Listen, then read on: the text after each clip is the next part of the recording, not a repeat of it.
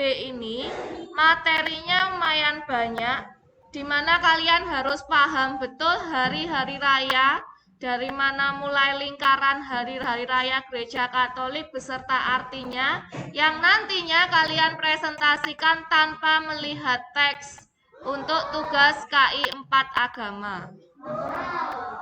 Jadi, mulai hari ini dicicil, dipahami sungguh-sungguh, presentasi untuk hari-hari raya Gereja Katolik mulai dari Natal sampai nanti Paskah. Setelah Paskah ada hari raya apa itu dihafalkan dan dijelaskan artinya saat presentasi. Sekarang kita lihat materi yang kita bahas hari ini tentang doa syukur gereja.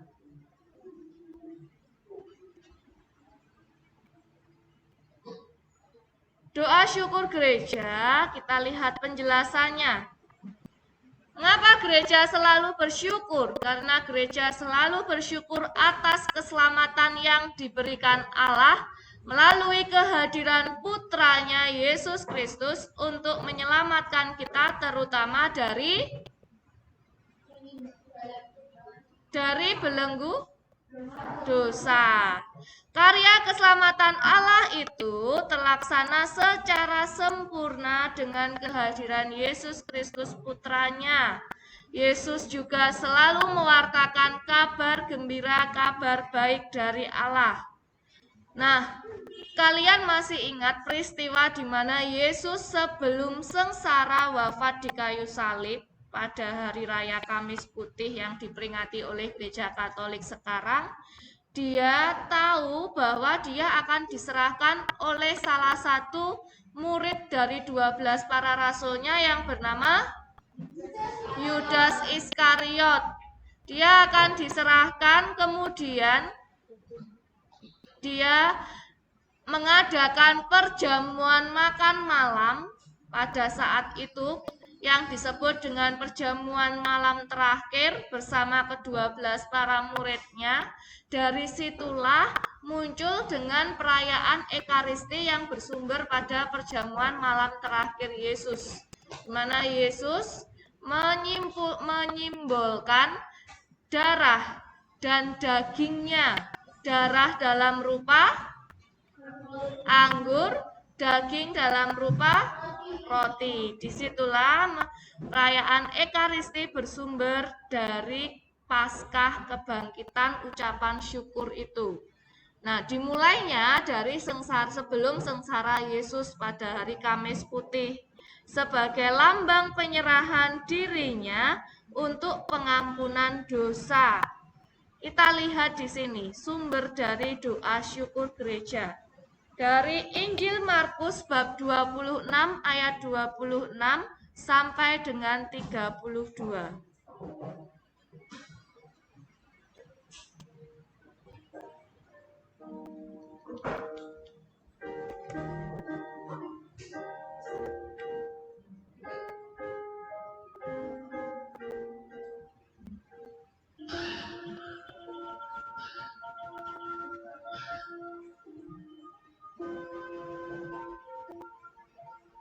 Ayo silakan dinikmati anggurnya.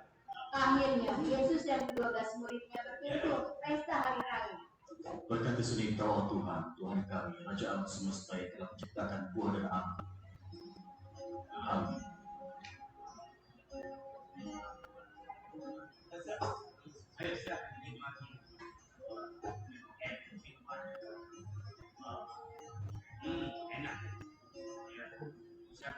Akan kuberitahu sesuatu sebelum terjadi. Salah satu dari kalian akan mengkhianati. Siapa yang mungkin melakukan? Apakah aku? Tuhan, apakah kau? Apakah aku? Apakah aku? Apa aku? Apa aku? Apa aku? Apa? Kau katakan. Iya, siap. Ayo cepat katakan. Dia yang makan roti bersamaku akan mengkhianati. Siapa?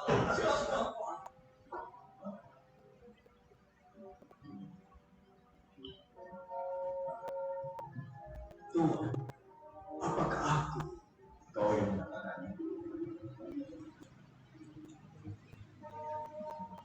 Apa yang kau lakukan? Tidak seorang pun selain Yesus tahu apa yang akan dilakukan Yudas. Yudas mau pergi kemana itu? Aku tidak tahu. Mungkin mengambil persediaan makanan. Nah ini kan, memecah-mecahkan roti dan membagi-bagikan. Makanlah, karena ini tubuhku yang telah diberikan pada kalian. Lakukanlah untuk mengenangku. Minumlah.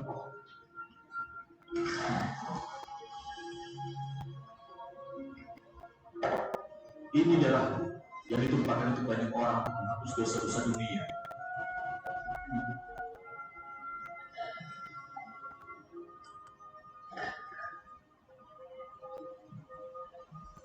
Aku tidak akan minum bersamamu sampai saat kita minum bersama di kerajaan Bapa.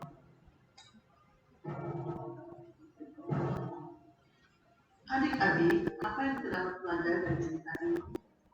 Kita belajar dari bagian cerita ini bahwa Yesus menjadikan malam yang terbaik dalam hidupnya sebagai lambang akan Dia adalah roti dan Dia adalah batu, yang artinya memberikan hidup kita dalam mencurahkan darahnya untuk menebus kita. Adik-adik, biasa yang Tuhan kerjakan buat kita ya, Dia memberi dirinya menebus dosa kita. Kita percaya kepada Yesus boleh menikmati kemenangan. Yang kedua kita belajar. Mungkin adik-adik berpikir, saya tidak akan menjadi Yudas. Tapi hati-hati, jangan sombong. Karena niat kita bisa saja menjadi orang seperti Yudas.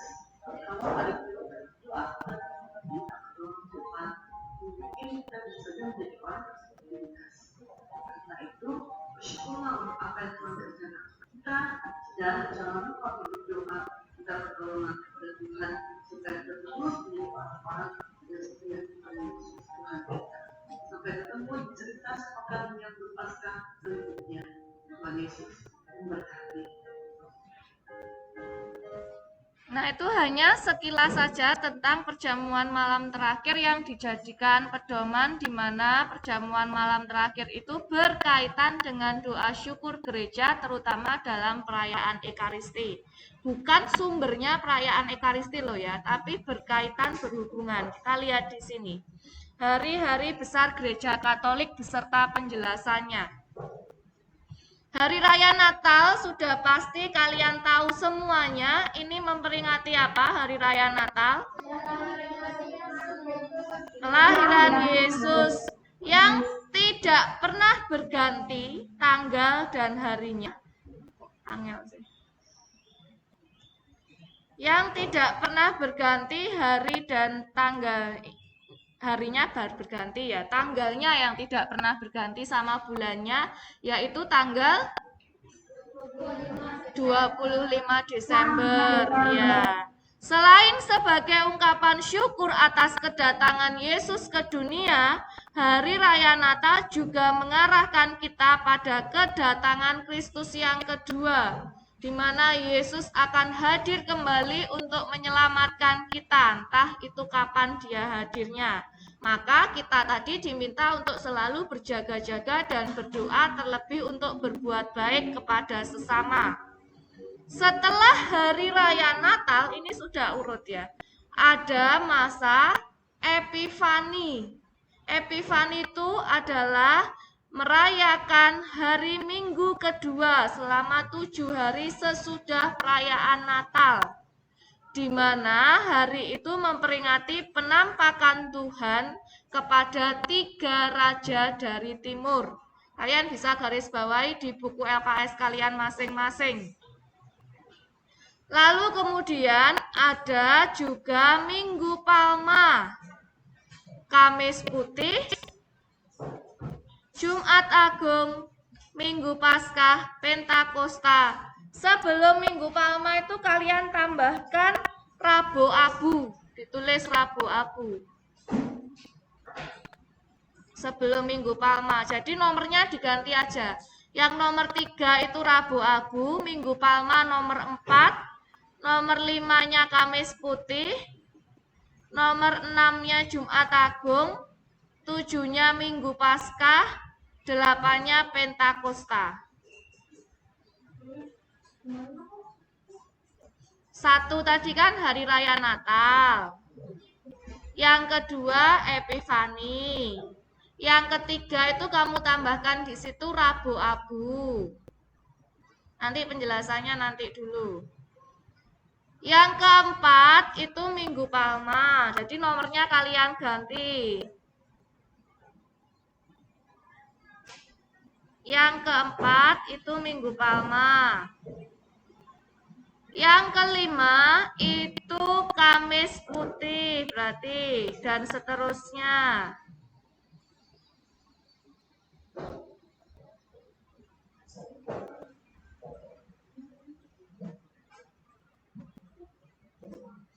Rabu Abu titik 2.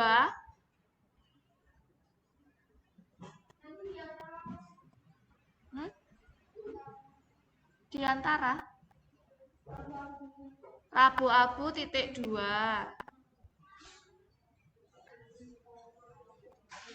Hari raya untuk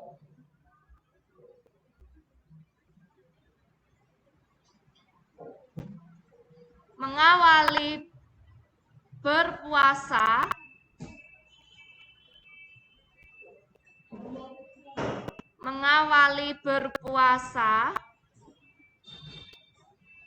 dan berpantang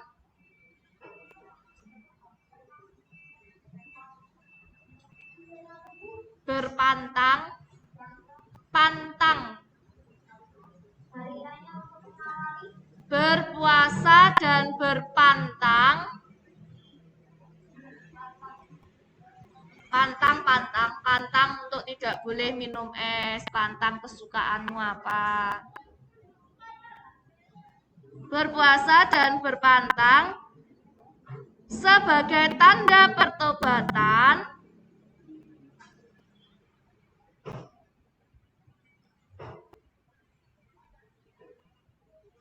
dan merendahkan diri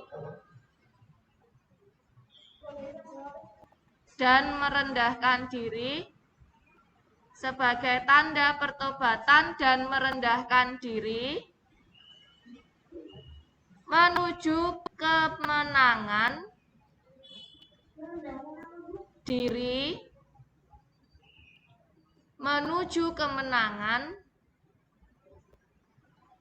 kebangkitan Kristus. Menuju kemenangan kebangkitan Kristus. Oke, berikutnya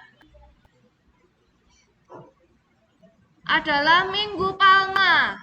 Yang keempat yaitu Minggu Palma.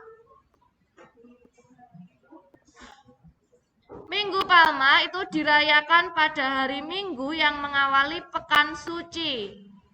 Jadi, di mana Yesus dielu-elukan masuk ke kota Yerusalem, semua orang membawa daun palma. Yang beragama Katolik pasti tidak asing dengan itu. Kemudian daun palmanya kan dibawa pulang. Setelah itu kan lama-lama kering. Nanti dikumpulkan lagi, dikembalikan di paroki masing-masing untuk dibakar supaya menjadi abu. Pada saat Rabu Abu tahun depannya dipakai untuk memberi tanda pada saat misa Rabu Abu didahi. Tapi kalau masa pandemi ini kemarin abunya nggak didahi lagi, tapi ya ditabur di atas kepala, di rambut ini. Yang ke gereja pasti tahu. Nah, hari Minggu Palma kita rayakan untuk memperingati ini tadi Yesus yang masuki kota Yerusalem sebagai Raja Damai, yang dengan sengsara dan wafatnya menyelamatkan manusia. Jadi Minggu Palma, Kamis Putih, Jumat Agung itu merupakan pekan suci. Yang merupakan pekan suci ialah Minggu Palma, Kamis Putih, Jumat Agung. Kamis Putih pada kita rayakan pada hari Kamis dalam pekan suci, untuk merayakan perjamuan terakhir yang diadakan bersama Yesus bersama para muridnya. yang tadi kalian sudah lihat. Setelah itu Yesus memberikan contoh melayani. Apa yang biasanya dilakukan? Iya, membasuh kaki para rasul. Jadi setelah mengadakan perjamuan dalam perayaan Ekaristi, memecah-mecahkan roti, Yesus membasuh kaki para rasul, dan yang terakhir Yesus menuju ke taman Getsemani. Dia berdoa kepada Bapaknya dengan ketakutan sampai keringat pun bercampur dengan darah. Nah, karena besoknya pada hari Jumatnya yang sekarang oleh Gereja Katolik disebut dengan Jumat Agung, yaitu dirayakan pada hari Jumat dalam pekan suci sebagai peringatan terhadap sengsara dan wafat Yesus di kayu salib. Sampai itulah puncaknya Yesus wafat, mengalami sengsara. Dia dipukul, dipermalukan dengan jubahnya, ditanggalkan, kemudian dia harus wafat di kayu salib. Nah, itulah yang terjadi. Dimahkotai duri. Itu peristiwa devosi oleh Gereja Katolik, dibuat doa devosi secara khusus mengenang kisah Yesus disalib dengan devosi apa? Namanya setiap hari Jumat pada saat masa Prapaskah, jalan salib. Nah, berikutnya barulah Minggu Paskah. Minggu Paskah dirayakan pada hari Minggu dalam pekan suci sebagai perayaan Yesus Kristus yang bangkit. Malamnya juga ada kan ya, yang biasanya malam Paskah itu, Sabtu Suci namanya. Di sini Bu Ino carikan dulu. Ditambahkan sebelum Minggu Paskah itu, ada Sabtu Suci.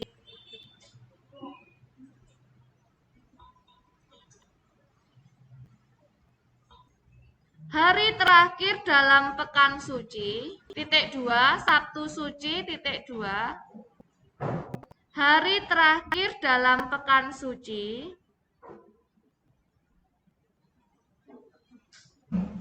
yang dirayakan oleh orang Kristen atau Kristiani, yaitu Kristen dan Katolik. Yang dirayakan oleh orang Kristiani Sabtu Suci, titik 2. Hari terakhir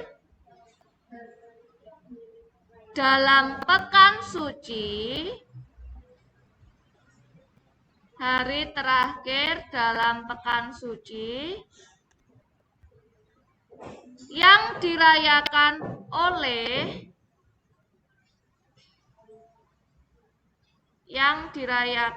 oleh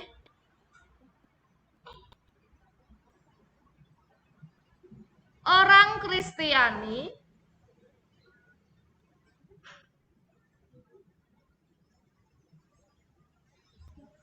sebagai persiapan perayaan Paskah,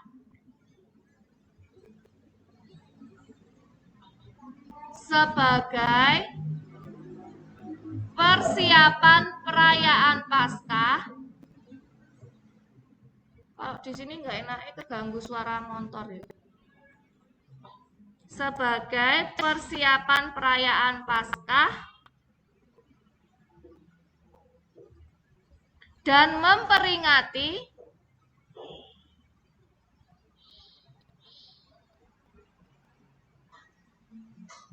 pada saat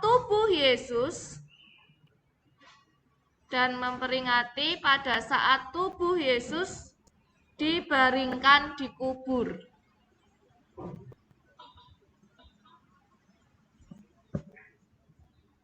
Pada saat tubuh Yesus dibaringkan di kubur. Barulah setelah itu cukup sampai di situ titik. Dibaringkan di kubur titik. Nah. Hah? Dibaringkan dikubur. Titik. Sudah, sekarang perhatikan Bu Inul lagi. Baru setelah itu besoknya Yesus bangkit yang disebut dengan Hari Raya Paskah. Dan 50 hari sesudah Yesus bangkit disebut dengan Hari Raya apa di situ? Pentakosta, di mana Roh Kudus turun atas para rasul sebagai pemenuhan janji Kristus kepada para muridnya. Sebenarnya ada lagi, setelah itu malah libur juga, dibuat tanggal merah. Dalam kalender kita di Indonesia itu satu agama itu biasanya diberi jatah 2 atau 3 kali tanggal merah untuk merayakan hari raya mereka masing-masing.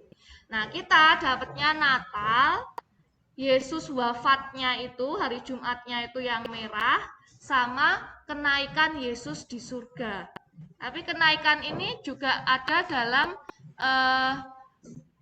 peringatan di agama Muslim. Makanya bukan kenaikan Tuhan Yesus. Kalau kalendernya orang Katolik pasti kenaikan Tuhan Yesus di surga. Tapi kalau kalender umum biasanya kenaikan Isra Mi'raj. Isra Mi'raj itu ya Tuhan Yesus itu. Bagi mereka namanya Isra Mi'raj yang beragama Muslim. Nah, jadi setelah Pentakosta ini barulah kenaikan Yesus di surga. Lanjut, 2 perayaan besar pada perayaan Paskah Gereja Katolik adalah perayaan Paskah dan Natal. Jadi yang paling besar dalam Gereja Katolik itu Paskah dan Natal. Maka ada yang tidak rajin ke gereja itu ke gerejanya pada saat napas tok. Natal Paskah tok. Setelah itu hari Minggunya nggak ke gereja. Nah, Daud. Kenapa? Kamu jujur ya Daud ya. Jadi ke gerejanya pas napas tok, Natal Paskah tok. Sekarang mulai dirubah, harus tiap minggu rajin ke gereja. Mungkin gereja sudah banyak yang dibuka ya, kan ada protokol kesehatan itu sekarang.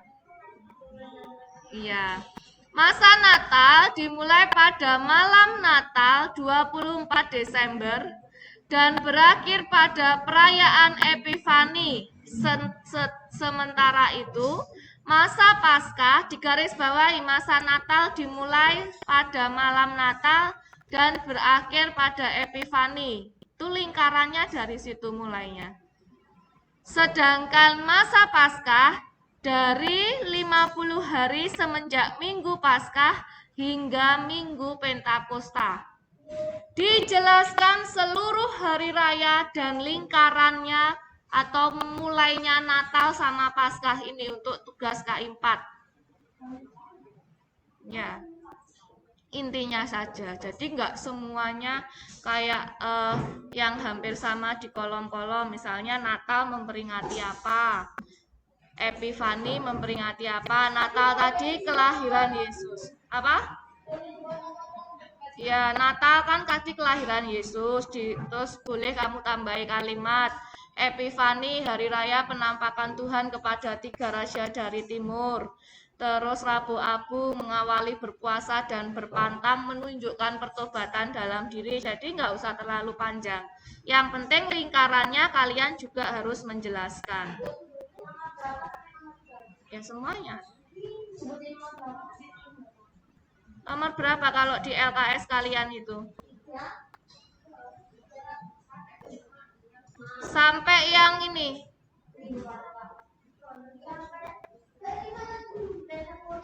Ya, sampai di lingkaran mulai dari Paskah itu dimulai dari 50 hari semenjak Minggu Paskah hingga Minggu Pentakosta. Ya. Rabu Abu. Semuanya. Disiapkan dari sekarang, nanti liburan itu sambil mencicil. Tidak boleh dipotong-potong ya videonya ya, harus jadi satu kesatuan. Makanya tadi Bu Ino suruh garis bawahi mana saja. Sekarang diulang lagi, Hari Raya Natal, memperingati kelahiran Tuhan Yesus. Epifani, memperingati penampakan Tuhan kepada 3 raja dari timur, garis bawahi. Terus kemudian Rabu Abu tadi, mengawali masa berpantang dan berpuasa sampai kerendahan diri. Minggu Palma, Yesus yang memasuki kota Yerusalem sebagai Raja Damai. Kamis Putih merayakan perjamuan terakhir yang diadakan Yesus bersama para muridnya. Jumat Agung terhadap sengsara dan wafat Yesus di kayu salib. Sabtu Suci, peringatan apa tadi? Persiapan Minggu Paskah itu sampai Yesus dikubur. Minggu Paskah kebangkitan Yesus Kristus. Pentakosta 50 hari turunnya Roh Kudus atas para rasul.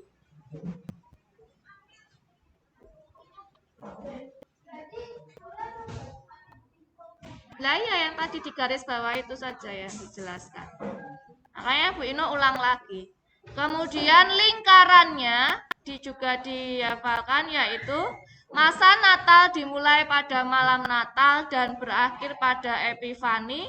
Sementara masa Paskah 50 hari semenjak Minggu Paskah hingga Minggu Pentakosta. Sampai itu yang dipelajari, yang dipahami betul. Sekarang kita lihat. Maka keseluruhan persiapan Hari Raya Natal dan masa Natal disebut lingkaran Natal. Keseluruhan persiapan Hari Raya Paskah dan masa Paskah disebut lingkaran Paskah. Yesus yang dilakukan Yesus bersama para muridnya ialah mengadakan perjamuan atau makan malam di mana Yesus mengucap berkat, memecah-mecahkan roti dan membagikannya dalam perayaan Ekaristi. Ada dalam doa apa ini? Ambillah, makanlah, inilah tubuhku, minumlah kamu dari semua cawan ini, sebab inilah darahku, darah perjanjian yang ditumpahkan bagi banyak orang untuk pengampunan dosa. Itu pada saat doa apa? Yang Katolik, pada saat perayaan Ekaristi. Mengangkat piala dan hosti itu doa apa? Doa syukur apa? Doa syukur agung. Ya lupa rek, lama nggak ke gereja, bisa online jarang-jarang. Ayo. Doa syukur agung itu di mana kan pialanya diangkat oleh Romo, hostinya diangkat dengan Romo mengucapkan, terimalah dan makanlah, inilah tubuhku. Terimalah dan minumlah, inilah darahku. Di situ ditambahkan dalam doa, dalam kurung doa syukur agung atau DSA. Disebut perjamuan terakhir karena perjamuan tersebut diadakan oleh Yesus bersama murid-muridnya pada malam terakhir sebelum Yesus ditangkap, menderita sampai wafat di salib. Saat Yesus ditangkap, ia diadili, dijatuhi hukuman mati, kemudian dimakamkan ketika Yesus wafat. Namun Allah tidak membiarkan Yesus dalam kebinasaan. Jadi Yesus tidak sia-sia wafatnya, mati ya sudah terkubur, hancur dengan lama-lama hancur dengan tanah yang ada yang menutupi tubuhnya. Tapi Tuhan tidak membiarkan sampai di situ. Tuhan membangkitkan Yesus pada hari ketiga. Yang perlu kalian garis bawahi, bersumber pada perayaan Paskah, gereja melestarikan tradisi doa yaitu Ekaristi. Kalian garis bawahi. Jadi kalau ada pertanyaan, perayaan Ekaristi bersumber pada perayaan Paskah, yaitu mengenang Yesus yang rela menyerahkan tubuh dan darahnya bagi keselamatan kita. Peristiwa perjamuan terakhir secara khusus kita kenangkan yaitu doa syukur agung, garis bawahi, doa syukur agung. Perayaan Ekaristi atau perjamuan syukur disebut sebagai sumber serta tujuan dari seluruh perayaan gereja. Alasannya, garis bawahi, Karena perayaan yang dipesankan Yesus untuk kita rayakan mengenang Yesus yang rela menyerahkan tubuh dan darahnya. Yang kedua, mengenang Yesus yang bersabda ada dalam tata cara liturgi sabda. Ini nanti ada penjelasan dalam materi berikutnya.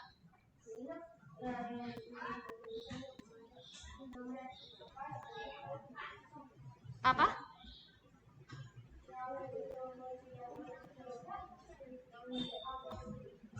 Bu Ino nggak jelas sama sekali. Puji ngomong apa?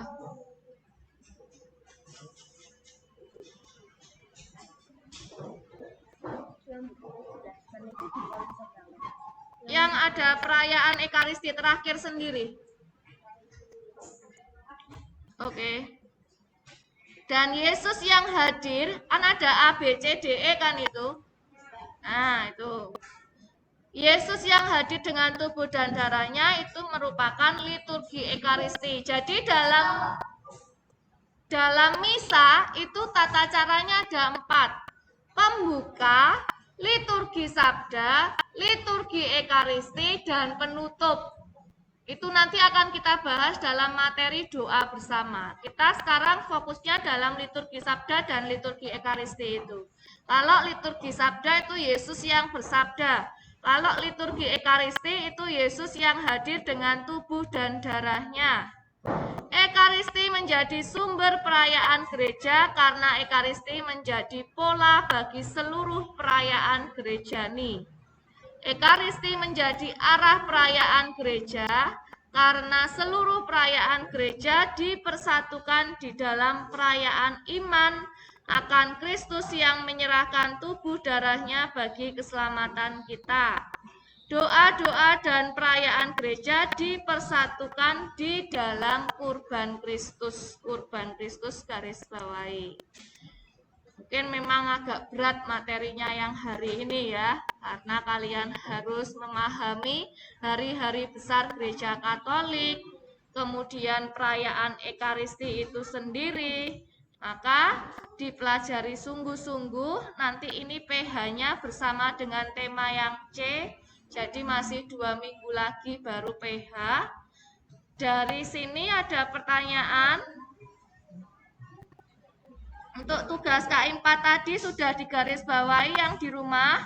Poin-poinnya yang perlu dihafalkan sudah. Oke, sip. Pinter. Sekarang kita lihat LKS-nya.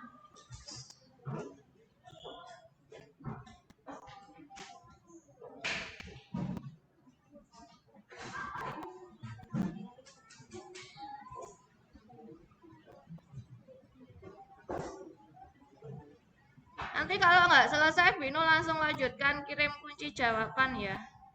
Karena kok waktunya kurang 6 menit lagi.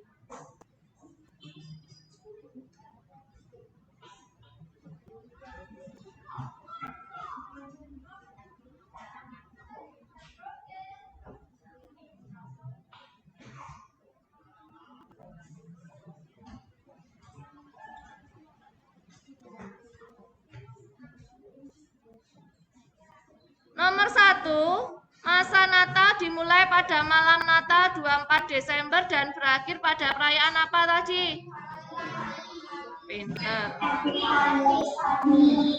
Nomor 2, keseluruhan persiapan hari raya Natal dan masa Natal disebut dengan lingkaran otomatis lingkaran Natal. Kalau masa hari raya Paskah dan masa Paskah berarti lingkaran Paskah. Pinter. 2 perayaan besar tadi apa? Ya, atau napas disingkatnya, Paskah Natal. Tapi kalau PH jangan menjawab napas ya. Nanti tak tambahin napas buatan gitu malah. Nomor 4, sebelum perjamuan malam terakhir, Tuhan Yesus memberikan teladan agar para murid saling yang membasuh kaki para rasul itu. Teladan Yesus apa? Melayani. Masa sebelum Paskah, saat ini masa prapaskah. masa Advent (2), masa sebelum Natal atau dalam kurung masa penantian. Jadi masa Advent sama masa penantian itu sama. Advent itu artinya penantian kedatangan Yesus ke dunia. Advent, masa sebelum Natal dalam kurung penantian. Prapaskah (2), masa sebelum Paskah dalam kurung masa pertobatan. Sekarang ini kita masa Prapaskah, masa pertobatan.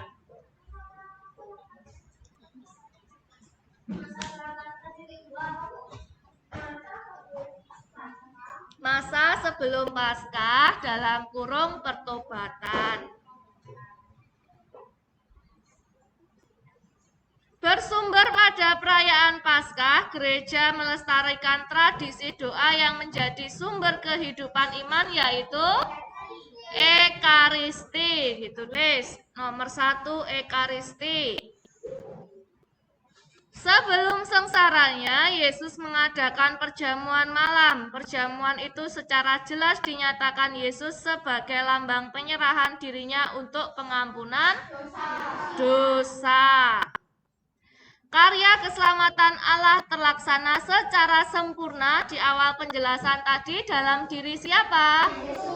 Yesus. Nomor 3, Yesus. Nomor 2, dosa. Ekaristi. Nomor 1.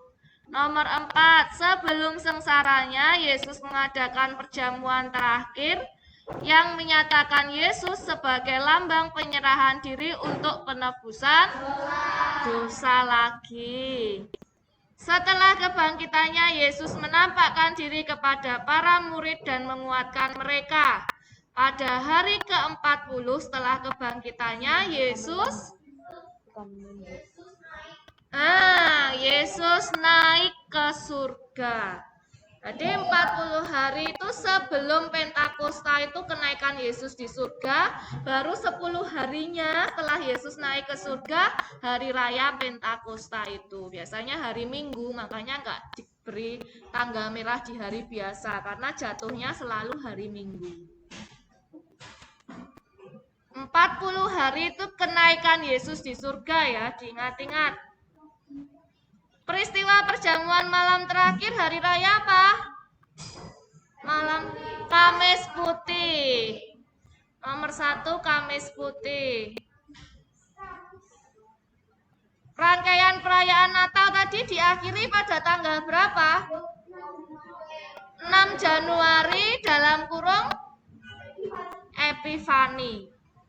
Nomor 2, 6 Januari dalam kurung Epifani. Tutup kurung. Apa yang dikatakan Yesus sambil mengangkat piala berisi anggur? Dicari di ringkasannya. Ya, ini adalah darahku yang ditumpahkan bagimu demi pengampunan. Ditulis ya, ada di ringkasannya itu. Kata-kata apa yang diucapkan Yesus ketika mengambil roti? Ambillah.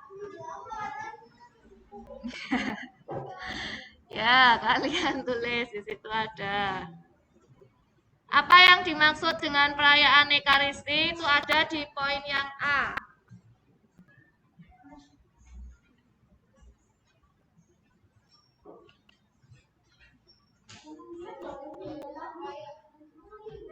Ini loh, di poin 18 di bagian yang A.